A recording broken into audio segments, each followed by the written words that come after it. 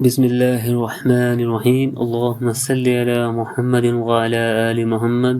السلام علیکم ورحمۃ اللہ وبرکاتہ۔ صحابی رسول صلی اللہ علیہ وآلہ وسلم حضرت سرق رضی اللہ تعالیٰ عنہ کا واقعہ۔ ایک بار حضرت عمر بن عبدالعزیز رضی اللہ تعالیٰ عنہ ایک چٹیل میدان میں سے گزر رہے تھے کہ آپ نے راستے میں ایک بہت بڑا سانپ مرا ہوا دیکھا۔ آپ نے اپنی چادر پھاڑی اور اس میں سانپ کو لپیٹ کر زمین میں دفن کر دیا۔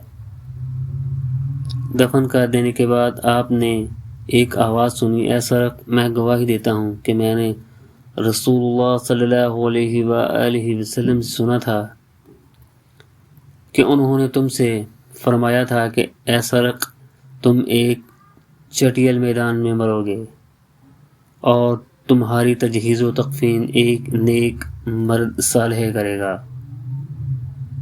حضرت عمر بن عبدالعزیز رضی اللہ نے یہ آواز سنی تو آپ نے فرمایا، اللہ تم پر رحم فرمائے، تم کون ہو؟ فرمایا، کس کی آواز سن رہا ہوں؟ جواب ملا، میں ان جنوں میں سے ہوں جنہوں نے رسول اللہ صلی اللہ علیہ وآلہ وسلم کی زبان نور سے قرآن سنا تھا۔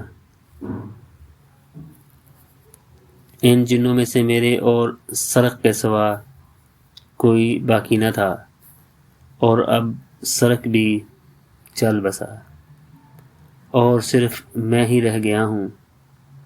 معلوم ہوا کہ سرور عالم صلی اللہ علیہ وآلہ وسلم پر ایمان لانے والے اور شرف صحابیت حاصل کرنے والے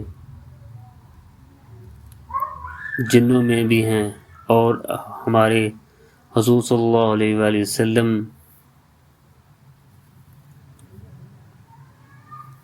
نہیں، اور یہ بھی معلوم ہوا کہ ہمارے حضور صلی اللہ علیہ وآلہ وسلم کو بھی علم تھا کہ فلاں شخص فلاں وقت اور فلاں زمین پر مرے گا۔ ویڈیو اچھی لگی ہو ویڈیو کو لائک کریں، شیئر کریں اور چینل کو سبسکرائب کریں۔ شکریہ۔ اگر اللہم صلی علی محمد وعلی آل محمد۔